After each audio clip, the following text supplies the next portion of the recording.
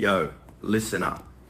I've been staring at the screen for like 3 hours straight, just thinking about this mess in Port Charles. Like, what the actual heck is going on with GH? I'm telling you, the writers are hitting us with some real wild stuff lately. And honestly, I'm here for the drama, but man, it's getting messy. I mean, real messy. So pull up a chair, grab a cold brew or a whiskey, I don't judge, and let's chop it up about Dante, Carly, and that snake, Valentin. So, check this out. Dante Falconeri, the man, the myth, the badge. He's rolling up to this accident scene, right? Siren blaring, blue lights flashing against the dark trees. He's got these nurses with him. God knows why GH nurses always end up at crime scenes instead of, you know, the actual hospital, and they pull up and bam, his jaw drops. I mean, imagine being Dante. You expect some twisted metal, maybe a dazed driver, but nah, what does he see? He sees Carly Corinthos, of course. It's always Carly and frickin' Valentin Cassadine, the guy who's supposed to be behind bars, knee-deep in the wreckage. They're literally covered in blood and oil, trying to pull people out. It's like a fever dream. Dante's standing there like, yo, is this real life? He's got to be thinking, ain't no way. Valentin is a fugitive, a straight up ghost. And here he is, playing Good Samaritan with the Queen of Metro Court. Dante shakes it off though. He's a pro. He tells the nurses, get him to the ER now, and he's pointing at the victims. But for Carly and Valentin, oh, they ain't going to no hospital. They're going straight to the hot seat, the interrogation room. 101, the interrogation, where it all goes south. Man, I can see the scene already. Those flickering fluorescent lights, that cold metal table, Dante's pacing. He's not just a cop right now. He's a guy who's known Carly forever. And he's looking at her like she's lost her dang mind. Dante, I'm telling you, we were there. Carly's screaming. You know how she gets? Her voice goes up 3 octaves and her hands start flying around like she's trying to catch flies. We saved them! I have blood on my hands because I was saving lives, Dante. And you're going to treat me like a criminal? Are you serious right now? She's throwing a total fit. And honestly, I get it. Imagine pulling someone from a burning car and then getting handcuffs slapped on you. That's got to sting. It's like no good deed goes unpunished, right? That's the Port Charles motto. But Dante, he's got that look, that don't play with me look. He leans in, real close. Carly, stop. Just stop. Why were you there? Why were you with him? He points a thumb at the door where Valentin is probably sitting in another room, cool as a cucumber. And that's the kicker. Carly shuts up. See? This is where the educational part comes in, folks. Life lesson has home. If you're going to do a secret mission with a wanted felon, maybe, I don't know, don't do it on a main road where people crash. Carly can't explain. She's stuck. She and Valentin were cooking up some secret plan, probably something involving Anna or some Cassadine nonsense, and they just happened to be at the wrong place at the right place to save lives, but the wrong place for their reputations. They didn't think twice. They saw the smoke, they saw the fire, and they jumped in. Even if it was their worst enemy in that car. Carly's got that fire in her. She's going to help. But now she's looking like an accomplice. The theory, Dante's headcanon. Dante's a smart cookie.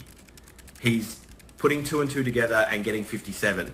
He's thinking, okay, Valentin is on the lam, Carly is his ride or die suddenly. Maybe they were hauling tail out of town. Maybe Charlotte and Danny, those poor kids, were chasing them to try and stop them, and that's why the accident happened. Can you imagine the guilt Carly would feel if she thought she caused Charlotte and Danny to wreck? It's a heavy trip, man. Real heavy. And Valentin, he messed up big time. He should have run.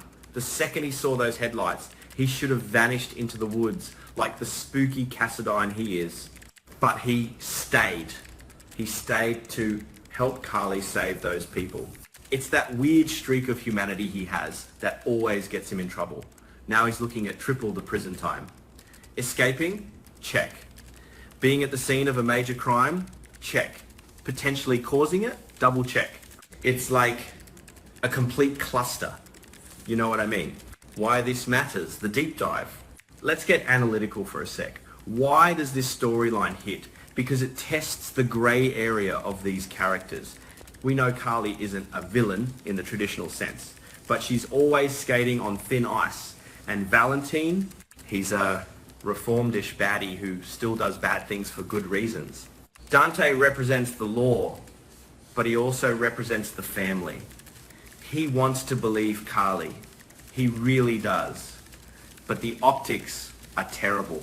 It's like catching your sister standing over a broken vase with a baseball bat and she says, "It wasn't me, it was the ghost of a Russian spy." Like, come on, sis. Dante's going to be digging deep. He's going to want to know the nature of their relationship. Since when are Carly and Valentin save the world buddies?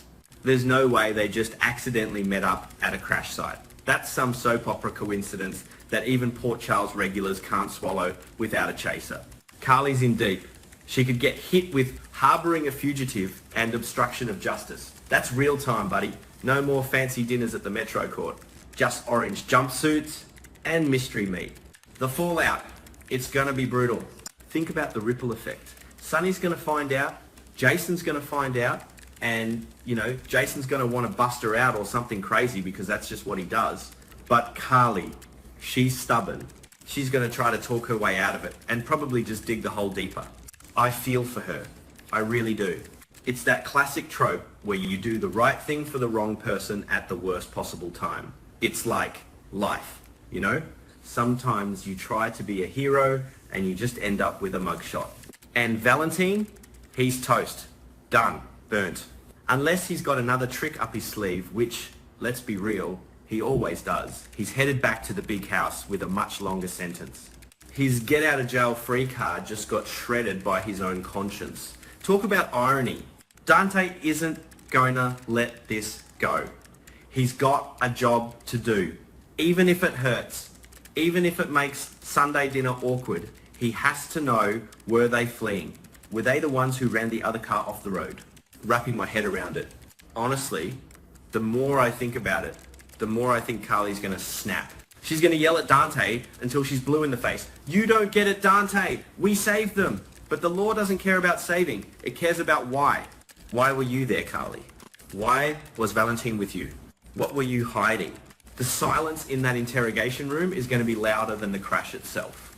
It's a wild ride, y'all. GH is really putting us through the ringer this time. What do you think? Is Carly going to end up behind bars with Valentin? Or is Dante going to find a way to let her slide while throwing the book at Cassadine? I guess we'll just have to wait for the next episode to find out. But man, my head is spinning. This is why we watch, right?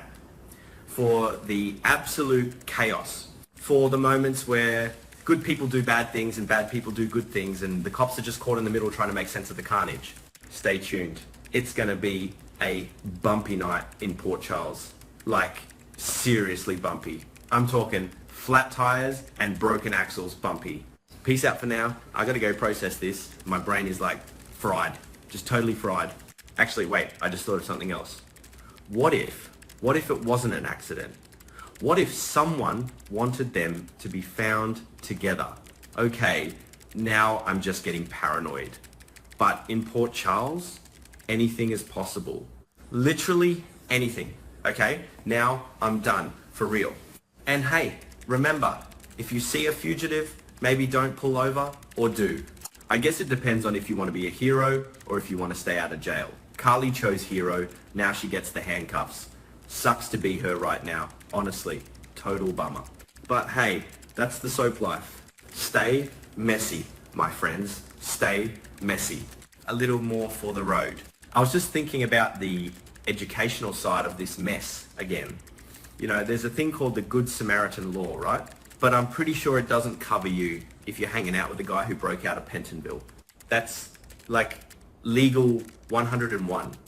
You can't claim you were just helping if you're also committing a felony by being an accomplice. Carly always thinks she can talk her way out of anything. She's got that Corinthos energy. Even when she's not a Corinthos anymore, she thinks the rules are just suggestions. But Dante, he's a Falconeri. He's got that sunny blood, but he's got that cop heart. It's a brutal combination for someone like Carly to go up against. She's going to try the emotional angle. Dante, think about the children. Think about my family. And Dante's going to look at her and say, I am thinking about them, Carly. That's why I need the truth. The truth. Such a rare thing in that town. And Valentin. I almost feel bad for the guy. Almost. He's such a charming devil, isn't he? Even when he's being interrogated, I bet he's sitting there, straightened up, fixing his cuffs, looking like he's about to order a martini instead of a lawyer. He knows he's caught. He knows the game is up, but he's going to play it cool until the very end. That's the Cassadine way. You never let them see you sweat. Even if the room is 100 degrees and you're facing 20 to life, the what ifs are killing me. What if Charlotte saw them? What if she wakes up in the hospital and the first thing she says is, I saw Dad with Carly. That's going to be the nail in the coffin. The drama is just chef's kiss. I mean, think about the fallout with Anna Devane. Poor Anna. She's been trying to deal with Valentin's nonsense for how long now? And now she finds out he was out here playing rescue squad with Carly. She's going to be devastated or furious. Probably both. And Sunny? Oh boy. If Sunny finds out Carly was in danger or that she's being blamed for something she didn't do or did do, he's going to go scorched earth. But he can't really touch Dante, can he? That's his son. It's a tangled web, friends. A tangled, messy, bloody web. Let's talk about the scene again. I can just imagine the visuals, the flickering lights of the ambulance reflecting in the puddles, the smell of burning rubber, Carly's face, smudged with soot, looking absolutely desperate as Dante pulls her away from the stretcher. You don't understand, she's crying. I understand what I see, Dante says, his voice all low and gritty. Man, the tension is so thick you could cut it with a steak knife, a dull one.